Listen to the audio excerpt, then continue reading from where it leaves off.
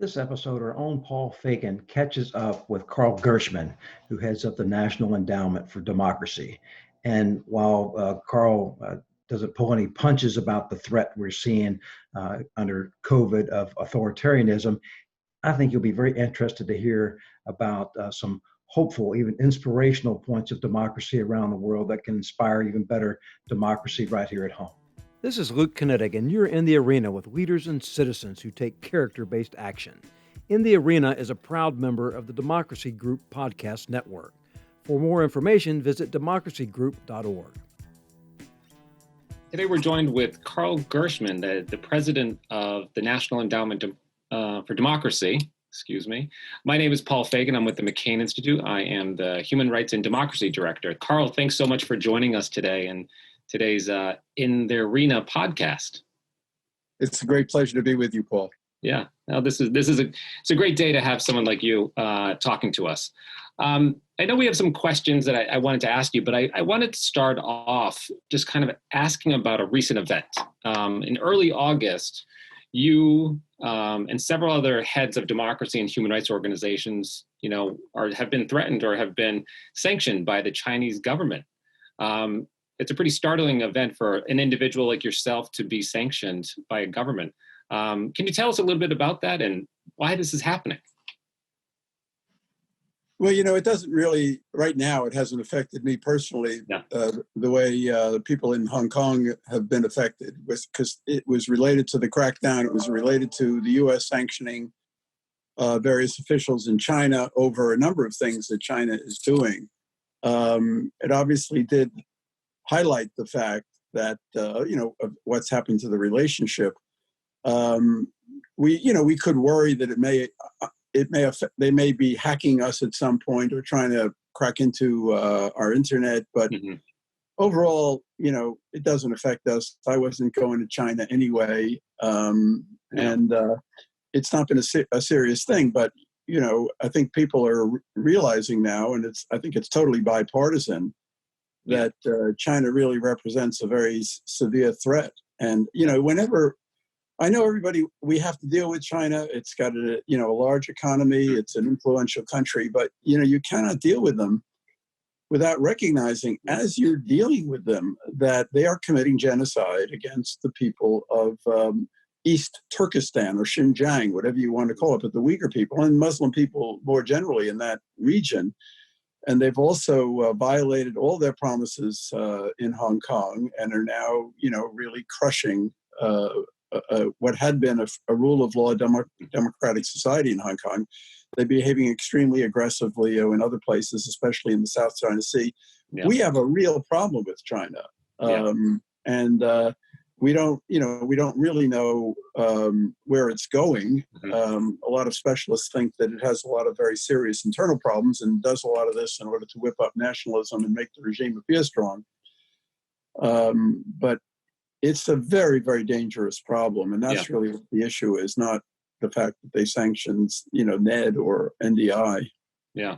Well, it's a testament to the work that, the National Endowment for Democracy has been doing for 40 years in China and so many other places around the world. You've seen massive trend, in the past 40 years, seen massive transformations, seen the fall of the Berlin Wall. Many autocrats, military dictatorships have fallen. We really saw a trend towards democracy for a long time. But, according to places like Freedom House, who do a lot of the trending, documentation, they're seeing reverses in democracy. They're seeing, countries going in the wrong direction. Do you agree with that? Or do you see that democracy is strengthening and getting stronger? There's no doubt that democracy is in crisis. And we've talked about that for a long time. Larry Diamond has used the word recession to describe what's happened.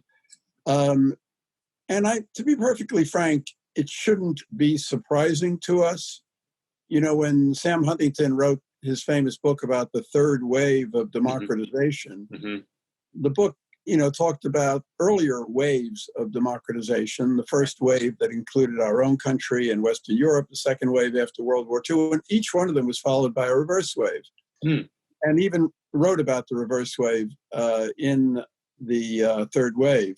And he talked about the fact that it would be very, very difficult for democracy to continue to expand because it was coming up against problems, in East Asia, in the Islamic world, and so forth. He was very skeptical about the continued expansion. And obviously, when democracy expands to the degree that it did, it's very difficult to absorb those changes and for these transitions to succeed. And so a lot of them haven't succeeded. There have been very, serious backsliding, problems of corruption.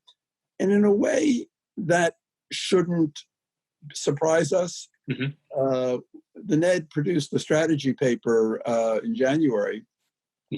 And trying to describe the current period that we're in, we said that the dominant feature of this current period is a tension that exists between the recession of democracy, but also its resilience. And that's something that we shouldn't overlook.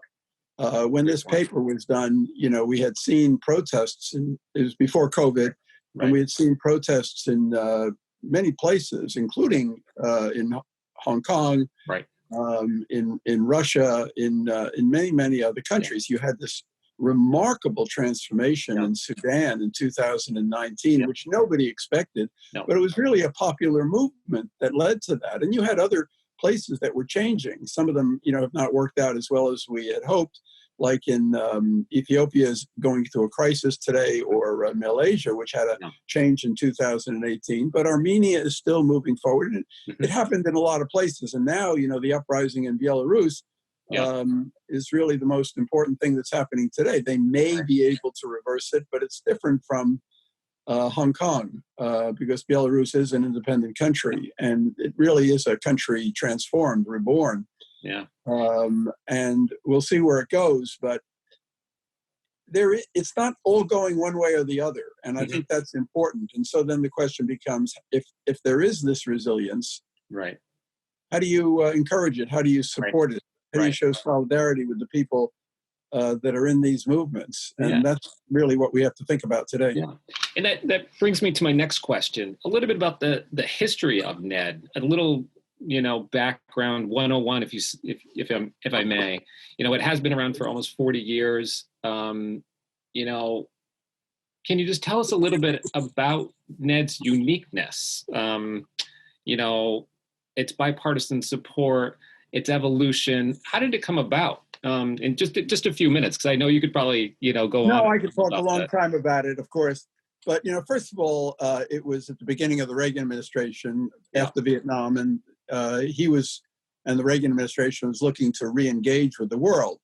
There had also been Democrats like Dante Fascell in the Congress that had tried to create something like NED before, and when Reagan came along, they saw it as an opportunity. Also, the labor movement that had international programs dealing with Asia, Africa, and Latin America, but Solidarity had emerged in 1980, and they had no mechanisms for aiding solidarity in Europe. So they wanted something new. So there was a lot of interest in this. And then you had the very important transitions that took place in Spain and Portugal. After the military fell in Portugal in 1974, Franco died in 1975. And the German political foundations went into Spain and Portugal and really helped with two successful transitions that were not expected by the U.S. administrations. And I can remember when someone called me saying, we really need something like that. Look, and we didn't have it at the time. After Vietnam, the U.S. pretty much withdrew. And then the question was, well, how do we re-engage? And we had, military capacity, trade capacity, diplomatic capacity, but we had no political capacity. And so a kind of bipartisan consensus came together. George Agri created something called the American Political Foundation, which brought the two parties into it. There was some idea of trying to replicate in some way the German model. And then after Reagan gave his famous Westminster address, where he called for a global campaign for democracy, it then was left to the Congress to put together a bill, which they did, the National Endowment for Democracy Act, and Reagan signed it into law in December of '83, which was about almost a year and a half after he had given that speech. And it wasn't just the bipartisanship that was unique. It was also a private institution. They really emphasized that it had to be independent. It couldn't be tied to the government. If you were going to pursue this work of democracy's support consistently over time, it had to be divorced from immediate diplomatic priorities and objectives, which were constraints. And it would also undermine your ability to support people on the ground, because the key to the success of the NED really is that we don't impose a U.S. agenda on people fighting for democracy around the world. We try to empower them to achieve their objectives. And that's a very hard thing to understand. But without the independence that the NED Act gave us, which really authorized the funding of NED, but also stipulated that the executive branch had no veto over what we did. We had to abide by certain regulations in terms of the use of the funds, but the direction, the programmatic choices that we made were all independent and were governed by an independent board. And that's quite remarkable. Of course, we have these 4 institutes as well. Right. The Democratic and Republican Party institutes. The AFL-CIO was the major institution involved when the NED was created. The only one that had a pre-existing program on the ground. And then they brought in the business, the Chamber of Commerce, to balance labor. Right. So it has that kind of political balance and institutional balance, which also provide a kind of surrogate for being a public institution. In other words, we have large national institutions at the core of the NED, but it's also private. And I think the model has been accepted. We had a very perilous beginning. There were, it was a new idea. There were a lot of people that thought it was a reckless and dangerous idea. But over time, we were able to build support. You talked about all the changes, and obviously the end of the Cold War was a big change. And then the 90s were a difficult period because Charles Krauthammer called it a vacation from history. A lot of people felt we didn't have any need for this anymore because the world was perfect. All the problems were solved. And, then you had 9/11. And since 9/11, it's been really the NED has just continued to grow. Right. No, it's, I want to draw you out on the bipartisanship a little bit. I'm from the McCain Institute. Senator McCain, this is a big legacy issue for him, supporting human rights activists, democracies around the world. I worked at IRI for a long time where he was the chairman. And on the other side, you still have Secretary Madeleine Albright, representing NDI. Can you just talk about Senator McCain a little bit and his influence on NED, but this type of work, and how, his influence, helped or, in Congress on this issue? Well, McCain, among some Republicans, when he joined the Congress, he was not convinced that this was a great idea. But, we were on an observer delegation together, and I had just come starting NED working for Ambassador Jeane Kirkpatrick, and it was love at first sight after that point. And so in the mid 80s, with Lorne Craner as his staff, he became a core supporter of NED.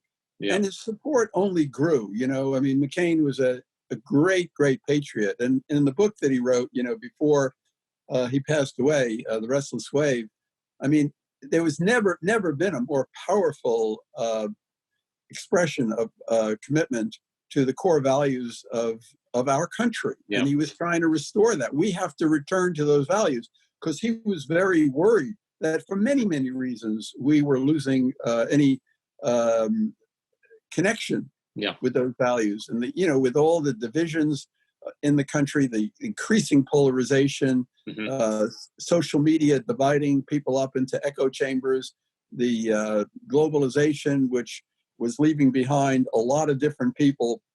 We were losing a sense of what this country stood for. And the thing that I admired most about him was the way his commitment to these values grew stronger and stronger and stronger, especially as he approached the end of his life.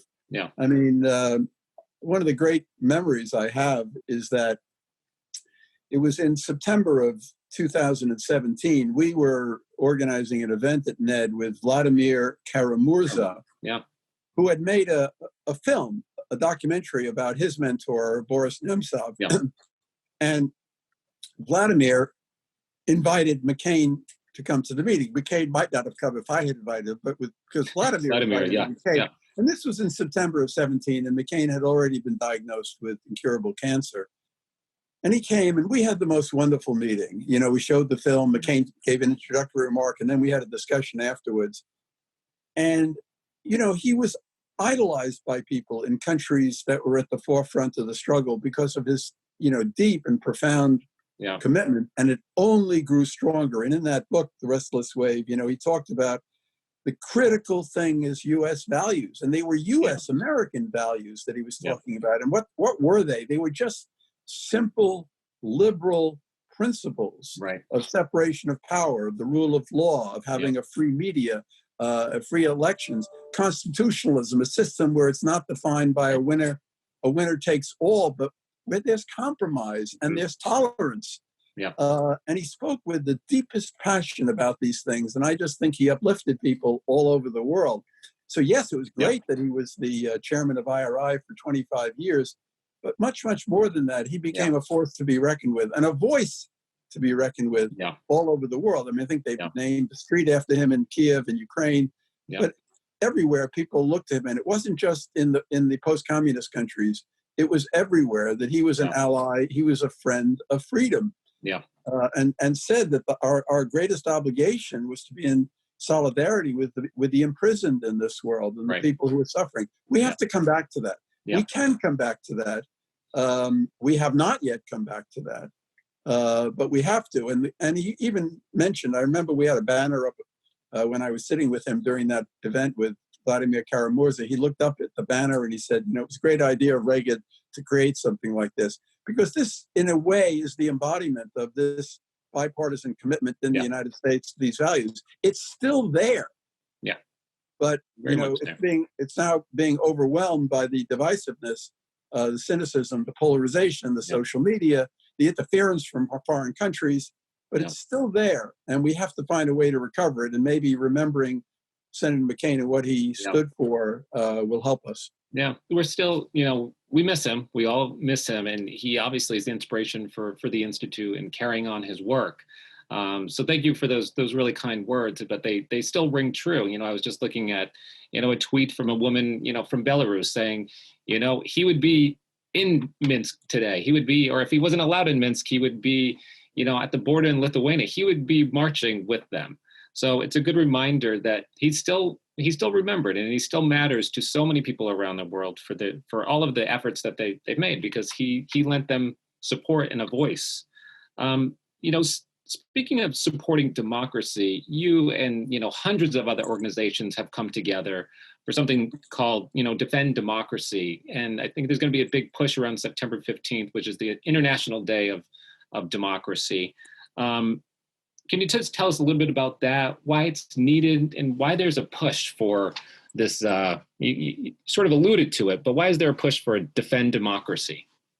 Well, it's a call to defend democracy, and it's an appeal really to the world. And what happened, of course, was that once COVID-19 started and the lockdown started, a lot of dictators around the world, authoritarian countries, started tightening their controls, but also other countries that were not as closed started passing laws that were strengthening central government power and also restricting individual liberties. And so there was a crisis of democracy, and it was necessary to defend democracy. And why is democracy relevant?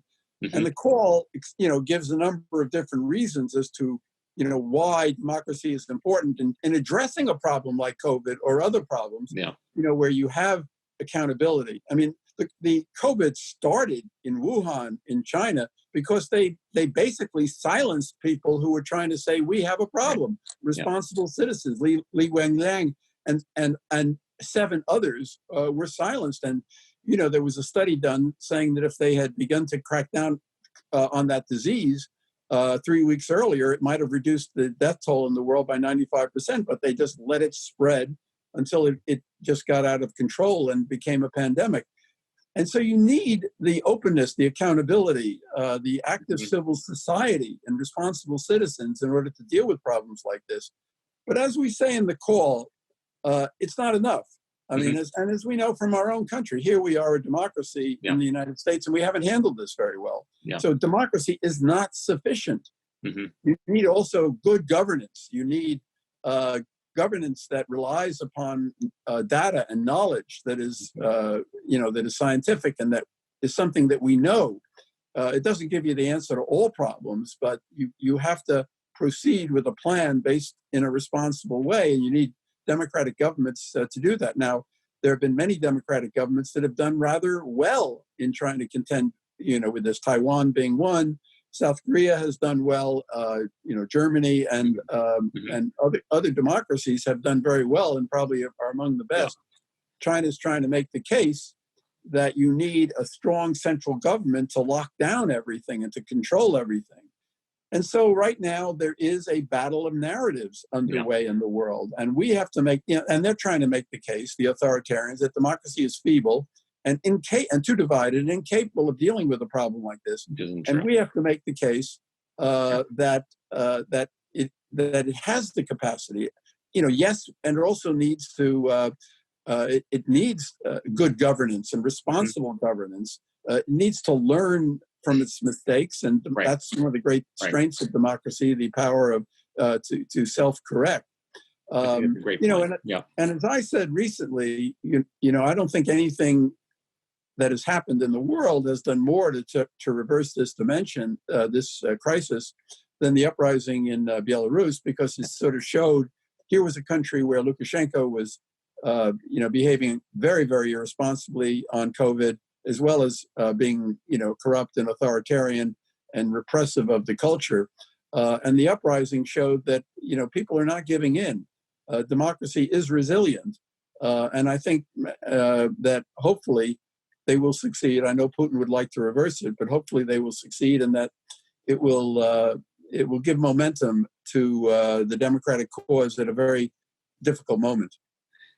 That's really an interesting point that you bring up about, obviously Belarus, a lot of people are watching on what's going on there, largest, crowds ever in Lukashenko's dictatorship. You have uprisings in Eastern Russia for things that are going on there, demanding more democracy, more transparency there. You continue to see people take to the streets in Hong Kong. You've seen this in Mali.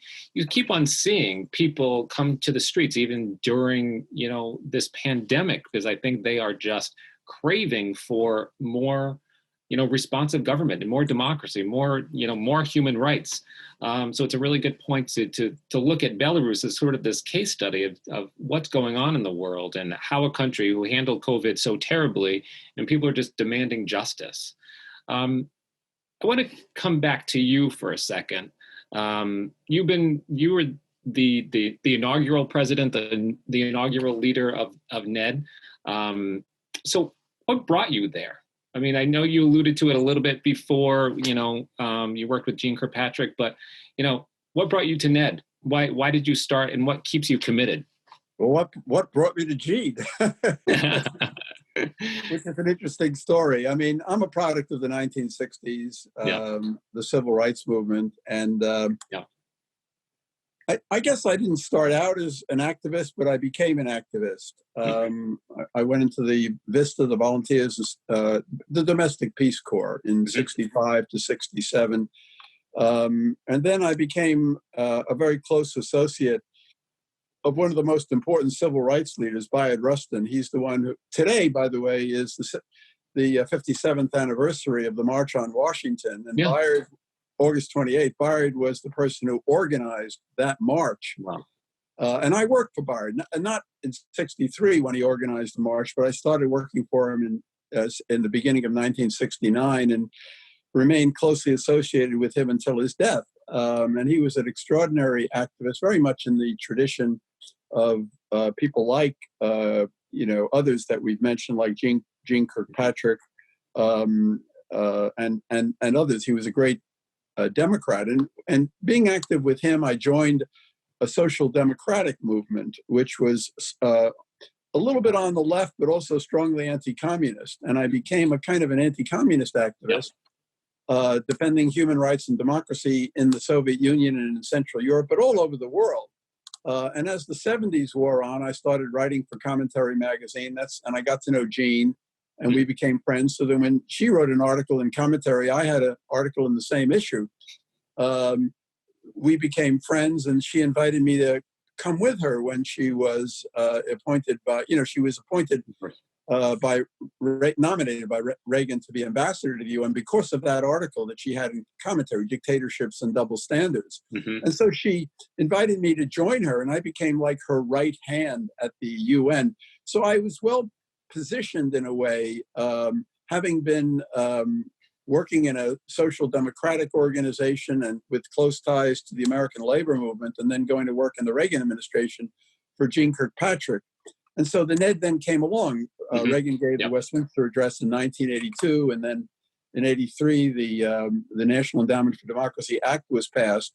And so when they were looking around for somebody to run it, just looking around, I was there, and I was somehow able to do something like that. I was not a bureaucrat. I was not an academic. I was not a lawyer. I was an activist. And it turned out that this institution that was being created was an institution that was really meant to support activists. Reagan said that in his Westminster address when he said that there was a democratic revolution taking place in the world. And the idea, he said, was to help them succeed and to help them build their own democracies and the institutions of democracy. And so I came out of a kind of pre-NED period as an activist, as a democracy activist. So then when the NED came along, I was able to then, help try to enable this institution to survive and then grow and to connect. And this is the most important thing, to connect with the movements around the world that were fighting for democracy.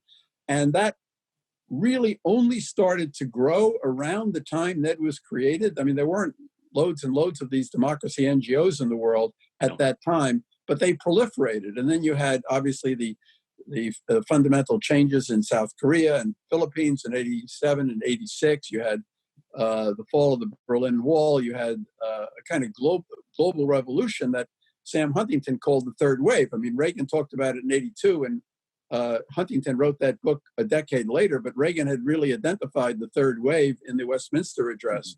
And then we were there to try to help those movements along. And then you have what I would call the reverse wave, which has become a more difficult period, but we're there to help people survive the authoritarian resurgence, the democratic backsliding. So you were a perfect candidate for the job with your activist background and, having worked in this field for a long time. The people that NED supports, they are activists, they are on the ground, they are demanding. So your background was a perfect place. I was lucky.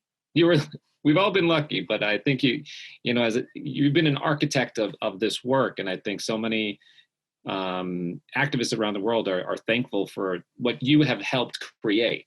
They've made it work. We all have to support and give credit where credit is due. But I know in places like Belarus, and you mentioned Sudan, so many far-flung places where you just don't think that democracy or activism will result in anything. You got to keep it. You got to keep the fight going. And I think you believe that. Senator McCain believed that. Madeleine Albright believes it.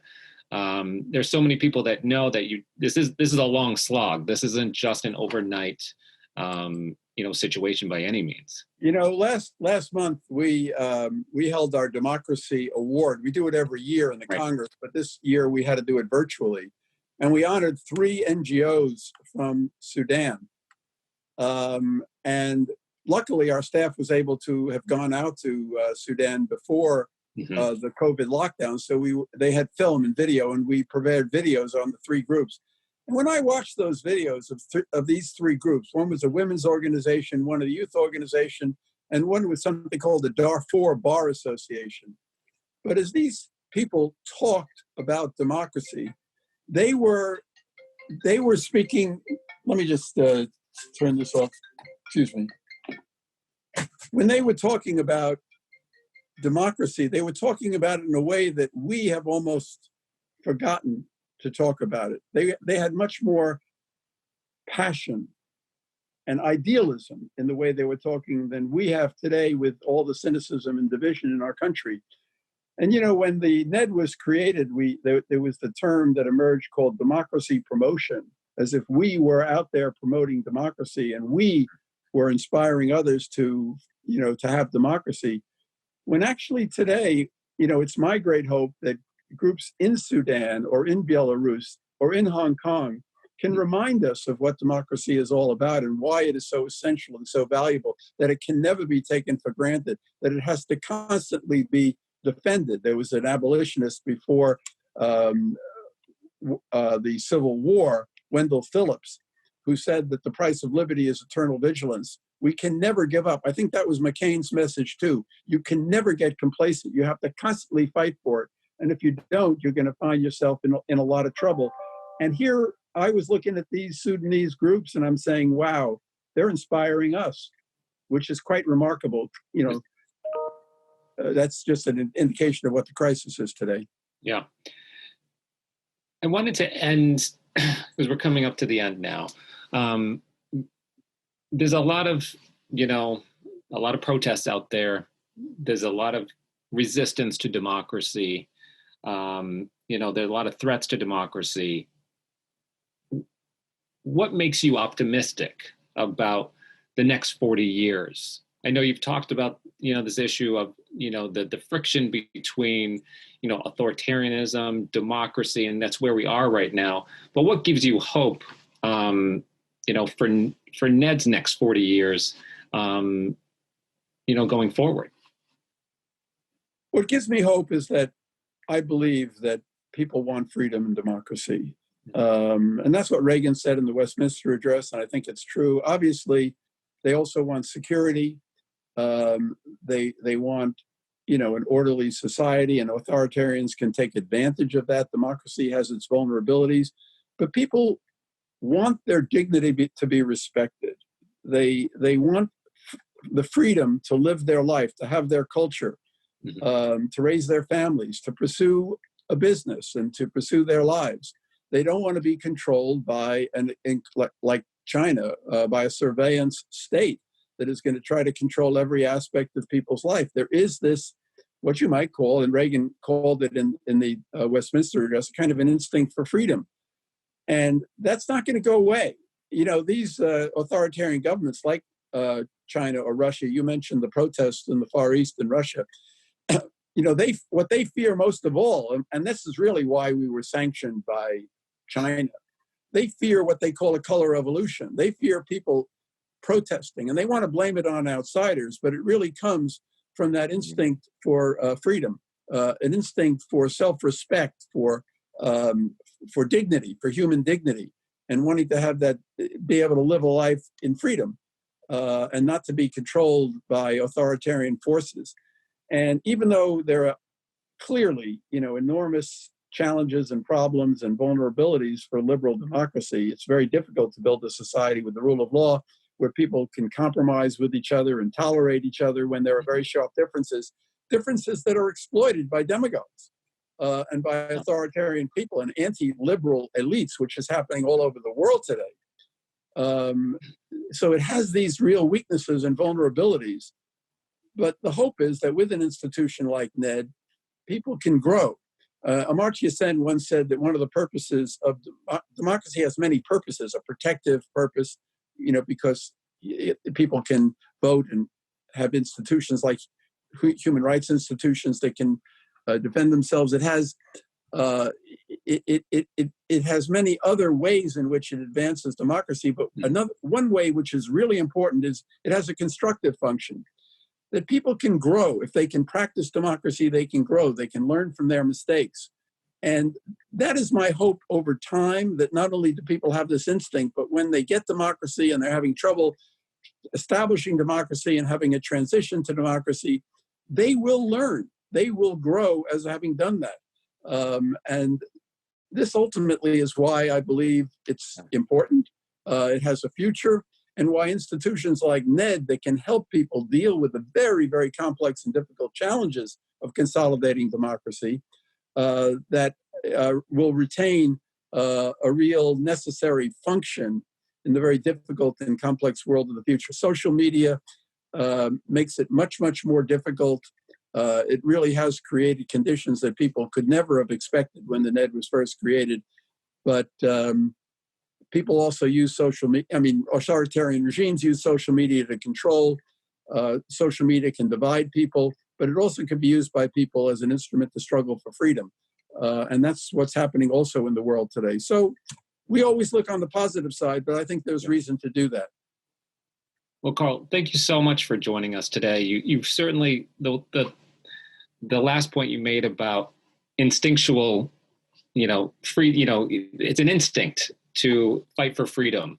That's something that I'm certainly going to take away from this conversation. But we really thank you for joining us. And thank you for all the work that you do, everyone at NED, but also all the people that, that NED supports and that continue to give us all inspiration. So thanks so much for talking to us today. Thanks. It's been a great experience for me too. Thank you. Thanks so much. This podcast is produced by Patrick McCann and Justin Kessler. If you like what you hear, please subscribe, tell your friends, or leave a review.